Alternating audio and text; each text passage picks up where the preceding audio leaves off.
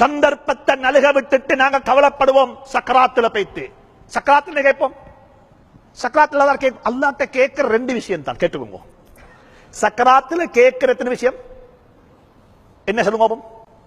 Heart of trading என்ன சொல்லுங்க பாப்போம்? ஆயில நீடிக்க சொல்லுவாரு. ஆயில நீடிக்கிறேன்னா 100 வருஷம் அல்ல, ஆயில நீடிக்க. ரெண்டாவது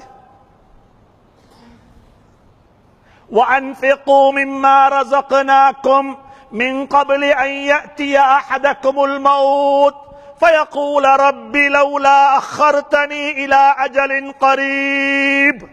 கொஞ்சம் நேரம் எனக்கு அவகாசம் தா.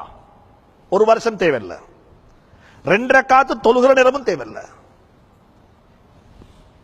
எனக்கு தொழ நேரம் தான் கேட்கிறோம் இல்ல, எனக்கு கொஞ்ச நேரம் டைம் தா. இன்னைக்கு எத்தனை மணித்தியாலம் வாட்ஸ்அப்ல குரூப்ல கழியுது, எத்தனை மணித்தியாலம் தேவையில்லாம படங்களை டவுன்லோட் பண்ணி பார்த்து கொண்டிருக்கிறோம், எத்தனை மணித்தியாலம் சோசியல் மீடியால சுப்ஹானல்லாஹ் சும்மா மத்தவனுக்கு கமெண்ட்ஸ் எழுதி. மனைவியை பார்த்து சிரிக்க வேண்டியவர் எத்தனையோ நாள் போனை பார்த்து சிரிக்கிறார். இப்ப ஒரு பொம்பளை ஒரு பெண் சொல்றா, ஒரு கமெண்ட் சொல்றா, என் ஹஸ்பண்ட கையில் உள்ள போனாவையாக நான் நீக்க கூடாதா ஏன்னு கேட்டா, ஒரு நாளைக்கு அவர் போன் 1000 முறை தொடுறாருண்டா என்ன ஒரு கேள தொட்டு பார்க்கிறார் இல்ல.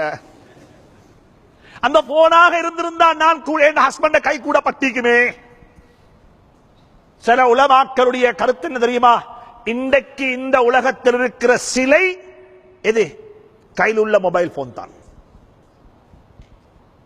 ரப்பி இன்னஹுன்ன அضللن كثيرا من الناس ரப்பி இன்னஹுன்ன அضللن كثيرا من الناس. யா அல்லாஹ், அதிகமான மக்களை இந்த கையில் உள்ள மொபைல் போன் நாசமாக்கி விட்டது.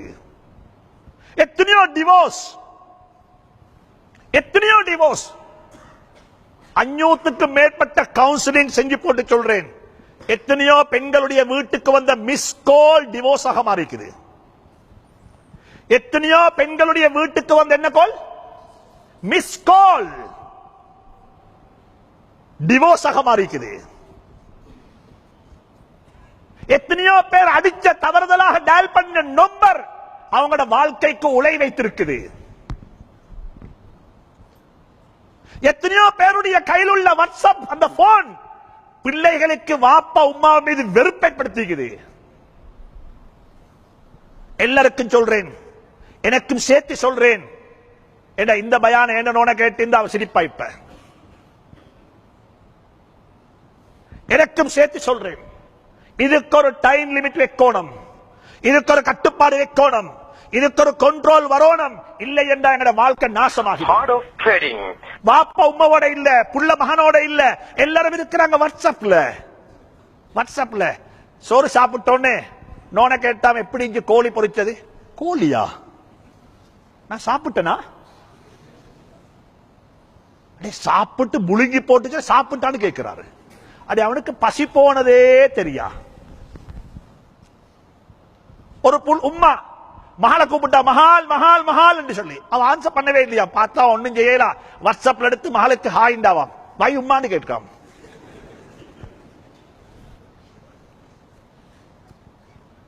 எனக்கு நடந்த உண்மையான சம்பவம். ஒரு கூட்டாளி வந்தாரு பேங்காக்ல இருந்து ஒரு ஆளை மீட் பண்றதுக்கு. அவர் மேல கூட்டாளி. நாங்க 3 பேரும் போறோம், வாகனத்துல போறோம். எங்க போறோம்? ஒரு சாப்பாடு போறோம் ராவோ.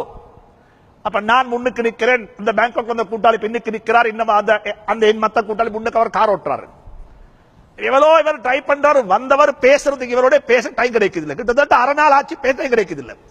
அவர் பார்த்தா சரி வரவே இல்ல, இவனுக்கு போன்ல பேசுவோம். கார்ல பின் சீட்ல இருந்து போனை டயல் பண்ணாரு.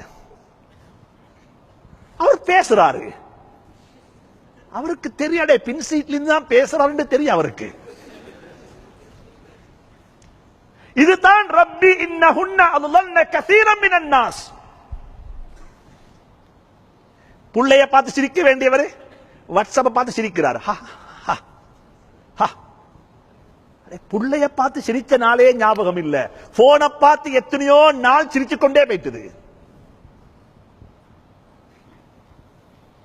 தயவு செஞ்சு சொல்றேன், இப்ப சந்தர்ப்பம் இருக்குதா, என்ன செய்யுங்க?